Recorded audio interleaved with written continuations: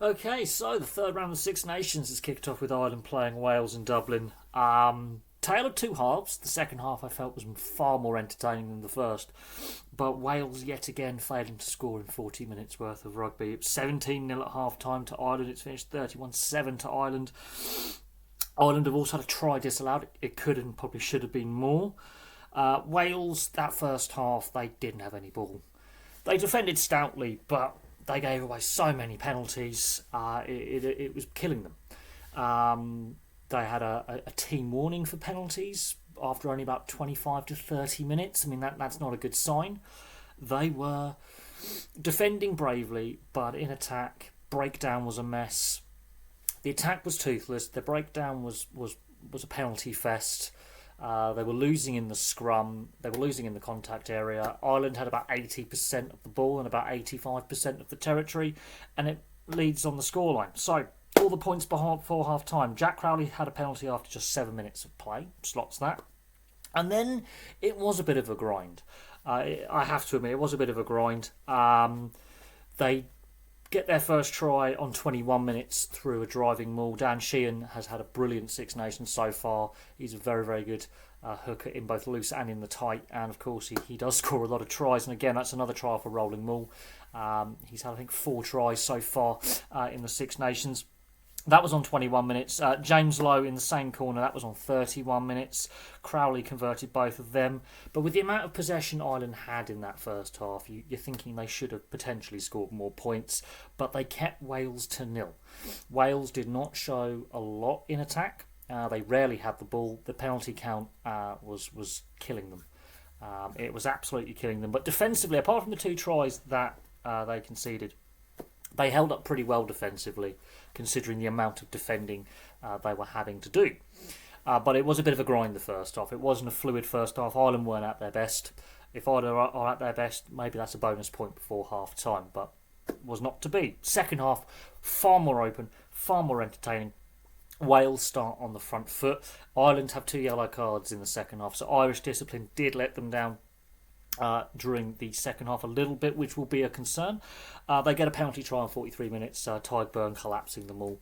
But Wales came out of the blocks quickly. They get an early line out, and it's Ireland giving away the penalties. Wales are finally getting their hands on the ball, and Tyburn gets a yellow. But Wales didn't fully dominate the yellow card period. So they get their penalty try in 43 minutes. The next 10 minutes, the ball barely went out of play. The play barely stopped. It was constant, unstructured, entertaining, free-flowing, end-to-end rugby. Both sides had the ball, both sides had a bit of kick tennis, then there's running the ball back, then there's turnovers. Neither side wanted to take a penalty or a scrum from advantage. It was refreshing to see ball in hand and ball in play for a very lengthy spell, for the best part of 10 minutes. And then Tyburn comes back on, so Ireland haven't conceded in this period. They would not concede any more points. The Bundyaki disallowed try. I mean, the interplay with Ireland, I think that unstructured 10-15 minutes after the yellow card, I think sparked Ireland back into life. They'd gone off the boil at the beginning of the second half. They had lost a little bit of intensity. It is disallowed for one of the correct reasons. I think there's 2 forward passes in there. There is a knock-on in there as well. It is right disallowed, but that interplay and the energy the Irish showed to inject themselves into the line, and you can see now that the Welsh are starting to tire. They've done a lot of defending at this point. Even when they had an extra player, they're still doing more defending than attacking at times. It was unfortunate the tries disallowed. They nearly butchered the scoring of that disallowed try. I mean, Bundyaki, if he's tackled there, they have an overlap of 2 players, and that would have been a bigger discussion point, because how far back in phases of play can the referee and his TMO and his touchies look at? That's an interesting thing, because they did go a few phases back in play to see the knock on by Henshaw. So the 2 forward passes were earlier in the phases of play.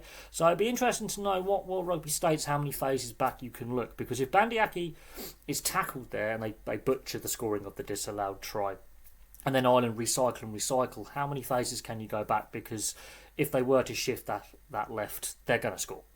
But that sparked Ireland back into life. I think it sparked Wales into life a little bit. Wales had more of the ball. And Ireland did a lot of defending in this second half of period. But Kieran Frawley scores his first try on his third cap. And again, Ireland just weathered a Welsh storm. Wales had a lot of the ball, didn't score. Ireland go down the other end. They have a bit of the ball. The breakdown's quicker. And Kieran Frawley gets his debut try, so to speak, on 67 minutes on only his third cap. He's not the first choice fullback, but he's in there because of injury. Great line he runs. The Welsh defence is gassed, and that's on 67 minutes. And Jack Crowley slots the conversion. Then there's the James Ryan yellow on 76 minutes. So the last 5-6 minutes is all Wales basically trying to batter the Irish defence. Not retreating 10. There was multiple other penalty advantages in that phase of play. Any number of Irish players could have been sin-binned for repeat infringements. Wales, the last 5-10 minutes, they're really trying to batter the Irish line, and again execution lets them down. The breakdown is still an area where they are slower than Ireland. It's very noticeable that Ireland won the breakdown, they won that collision, and the speed of the ball in recycling was quicker for Ireland than for Wales. But they spent a good 5-6 minutes battering on the Irish line, can't get through, give away a penalty. Ireland go down the other end, and Tide Byrne, who was sin-binned earlier in the piece, gets the bonus point try right on the stroke of full time. So Ireland, a 31-7 win. I think they could have potentially done better in the first half. I think Wales made it a bit of a grind with their defence. Second half was very unstructured, but Wales again chasing a game. Wales, this is the third game in a row where they haven't scored in a half of rugby. This is a concerning trend. The opening game against Scotland didn't score in the first half. Second half against England didn't score, and the first half against Ireland they didn't score. So they're very Jekyll and Hyde, and they're not winning games. They don't even get a bonus point loss. All they've got to show for its date is a penalty try. So the Welsh attack is a concern. Their defensive effort cannot be questioned, but they were gassed by the end. They were doing a lot of defending. And if you look at the entirety of possession territory and tackles made, I think Wales is almost double the amount of tackles made than Ireland. Lengthy periods in the first half where they just couldn't get out of their 22 and they were under siege. I think the amount of energy they expended did impact their attacking ability when they did have the ball. Second half, they did try. You could see that the effort was there, the execution is not. And I've always said George North is not a centre. He's too one-dimensional. He's just a crash ball runner.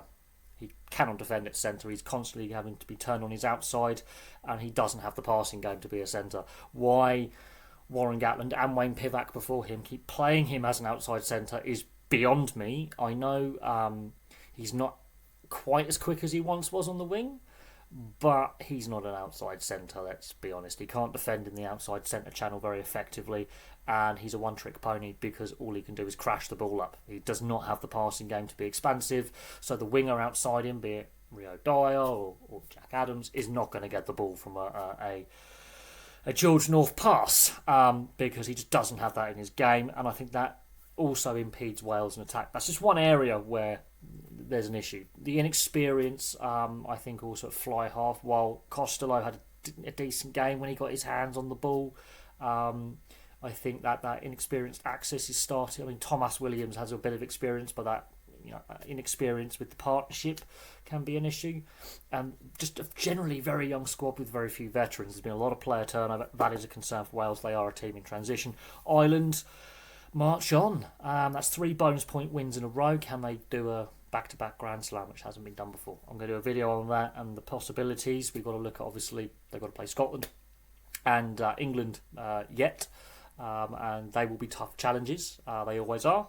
But looking at how they're playing, hard to put it past them at the moment. But we'll have to see how Scotland and England plays out, because that will go a long way, in my opinion, on strength of opposition. Because if England beat Scotland, which they haven't done recently, it throws everything up in the air, because guess what? They will be unbeaten as well. If Scotland beat England, they need to do it convincingly for me if they are to really get some momentum going against this Irish side when they face them later in the Six Nations. But for me, for now, thank you very much for watching. Place your thoughts in the comments section below, and I'll have some more content for you very, very soon.